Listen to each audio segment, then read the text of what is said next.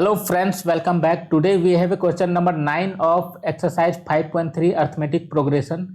Question number 9 says that if the sum of first 7 term of an AP is 49 and that of 17th term is 289, find the sum of first n terms. इस question में हमें एक AP दिया गया है जिसका कि 7th term तक का सम हमें गिवन है। कितना है? 49। तो S7 इक्वल टू 49 गिवन है और इसी AP का 17th टर्म तक का सम भी हमें गिवन है। तो S17 इक्वल टू 289 ये गिवन है और हमें फाइंड करना है sum of first n term, मतलब कि Sn को फाइंड करना है। यहाँ पर दो बातें स्पष्ट है कि यहाँ पर डायरेक्टली हमें n गिवन है, इसका कोई वैल्यू गिवन नहीं है। तो यहाँ पर जो हमारे पास आंसर निकल कर आएगा वो n के फॉर्म में ही होगा। ओके, एक तो ये बात है और दूसरा जो हमें पता है सम ऑफ n टर्म का फॉर्मूला सबको पता है, n/2 ब्रैकेट में 2a plus n minus 1 into D होगा। ये आपका आंसर नहीं होगा, बल्कि इसका यूज हमें इन दोनों कंडीशंस में करना है और इसका यूज करके हमें फर्स्ट टर्म a का वैल्यू और कॉमन डिफरेंस d का वैल्यू को फाइंड करना होगा और उसको इसमें पुट करने के बाद जो वैल्यू आने वाला है वो वही आपका आंसर होगा और वो जो वैल्यू होगा वो n के फॉर्म में होगा। ओके, नाउ अब हम इस क्वेश्चन को सॉल्व करते हैं।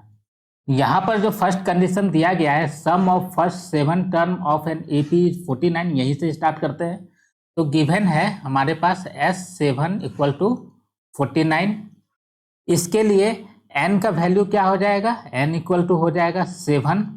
अब इसको यहाँ पे पुट कर देते हैं इस फॉर्मूला में। ओके, तो क्या हो जाएगा? n/2 ये हो जाएगा 7/2 2a प्लस n हमारे पास 7 है, यहाँ पे 7 माइनस 1 कितना हो जाएगा? 6d equal to 49। अभी क्या करते हैं, ये 7 इसको यहाँ पे कट करेगा 7 बार में और यहाँ से 2 कॉमन लेकर के कट कर देते हैं। ओके, तो 2/2 a प्लस 3d और ये कितना हो जाएगा? 49/7। इसको ये 7 बार में कट कर देगा और ये 2 कैंसिल हो जाएगा। अब आपके पास रह जाएगा a plus 3d equal to 7। Now a को जो है यहाँ पे लिख लेते हैं, a इक्वल टू कितना हो जाएगा? 7 माइनस 3d। इसे हम इक्वेशन 1 सपोज कर लेते हैं। अभी हमें दूसरा कंडीशन दिया है कि 17th टर्म का जो सम है वो 289 है। तो कितना हो जाएगा यहाँ पे? S17 equal to 289। यहाँ पे n का जो वैल्यू है वो कितना हो जाएगा? 17। तो इसे भी यहाँ पे पुट कर देते हैं इसी फॉर्मूला में। तो हमारे पास हो जाएगा 17/2 ये हो जाएगा 2a प्लस 17 माइनस 1, 17 यहाँ पे n है, 17 माइनस 1 हो जाएगा 16d इक्वल टू 289। ओके, यहाँ से 2 कॉमन ले लेते हैं, ये हो जाएगा आपका 2/2 a प्लस 8d। ये जो 17 है इधर आने के बाद डिवाइड में चला जाएगा, 17 इसको 17 बार में कट कर देगा और ये कैंसिल हो जाएगा। तो कितना हो जाएगा आपके पास? a plus 8d equal to 17। इसे इक्वेशन 2 सपोज कर लेते हैं। अब हमारे पास दो इक्वेशन आ गया है। Now putting the value of a from equation 1 into equation 2, क्या हो जाएगा? यहाँ a के जगह पे 7 माइनस 3d रखते हैं, तो कितना हो जाएगा? 7 minus 3d plus 8d equal to 17। तो यहाँ पे हो जाएगा आपका 7 प्लस 5d इक्वल टू 17। तो कितना हो जाएगा? 5d equal to 17 minus 7 equal to 10। तो d का वैल्यू हो जाएगा 2। ओके, यहाँ d का वैल्यू हमने फाइंड कर लिया। अब इस d के वैल्यू को हम इक्वेशन 1 में पुट कर देते हैं। ओके, तो हो जाएगा हमारे पास ये क्या है? a equal to 7 minus 3d, d का वैल्यू 2 हमने फाइंड किया है, तो कितना हो जाएगा? 7 minus 3 into 2 equal to 7 minus 6 equal to 1। तो ए का वैल्यू हमारे पास आ गया है 1।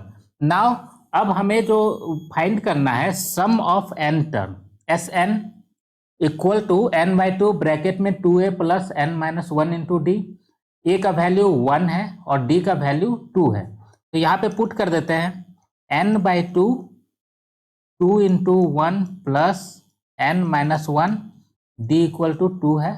ओके, तो यहाँ पे कितना हो जाएगा n by two 2 plus 2n minus 2, bracket से इसको मल्टीप्लाई कर दिए 2n माइनस 2। अब हो जाएगा ये माइनस 2 प्लस 2 कैंसिल हो जाएगा। ओके, तो n into 2n divided by 2, ये 2 कैंसिल हो जाएगा, तो n स्क्वायर। तो हमारे पास जो आंसर आएगा निकल करके सम ऑफ n टर्म का इक्वल टू n स्क्वायर, यही आपका रिक्वायर्ड आंसर है। इस क्वेश्चन में हमारे पास दो इक्वेशन आया है, एक है a plus 3d equal to 7 और दूसरा है a plus 8d equal to 17। यहाँ ऊपर जो हमने इस इक्वेशन को सॉल्व किया है उस मेथड को हम सब्स्टिट्यूशन मेथड कहते हैं, और अगर हम इस इक्वेशन को एलिमिनेशन मेथड से सॉल्व करना चाहें तो कैसे सॉल्व कर सकते हैं, आइए देखते हैं। यहाँ पर इक्वेशन 1 माइनस इक्वेशन 2 करने पे क्या होगा, यहाँ है a plus 3d equal to 7 और ये है a plus 8d equal to 17। यहाँ पे माइनस करना है, माइनस करने पे ये वाला कैंसिल हो जाएगा और ये क्या हो जाएगा 3d minus 8d equal to 7 minus 17। यहाँ पे होगा आपका minus 5d equal to minus 10। ये माइनस माइनस कैंसिल हो जाएगा, d का वैल्यू कितना हो जाएगा 2। अब इस d के वैल्यू को हम किसी भी इक्वेशन में पुट करते हैं, चलिए इक्वेशन 1 में पुट कर देते हैं, तो क्या हो जाएगा a plus 3d equal to 7 है इक्वेशन 1, d का वैल्यू 2 है, तो यहाँ पे हो जाएगा a plus 3 into 2 equal to 7। ये कितना होगा a equal to 7 minus 6 equal to 1। a का वैल्यू भी निकल गया और d का वैल्यू भी निकल गया।